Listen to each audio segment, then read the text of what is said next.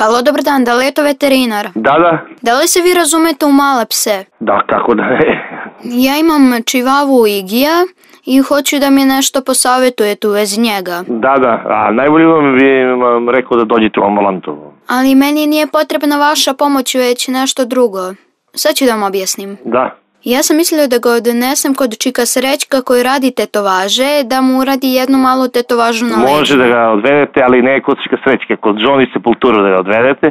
To je moj veliki prijatelj i da mu radite tetovažu. A da li će to njega da boli? To će ga boli, nema veze, to i ljude boli. A ja se bojim da se ona ne uplaši nešto. To nije ništa strašno i ljudi, i deca kad se vakcinišu i kad rade tetovaže boli ih, ali valjda je hrabar. A koliko dugo traje tetoviranje? A ja mislim jedno par sati traje, ali to mora da vidite sa Johnny Sepultura, on je profesionalac za tetovaže. Jel radi slike?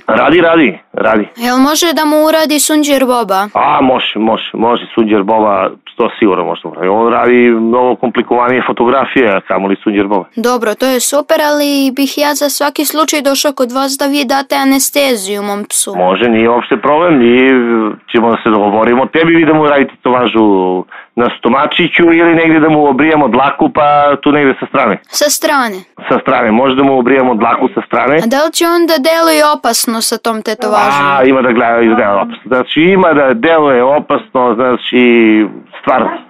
Pošto on je najmanji pas u ulici. Ne, ima da deluje opasno, svi ima da mu se plaše. Kad ga prošetaš gradom, znači i drugi psi, i ljudi, bit će i on glavna faca i ti.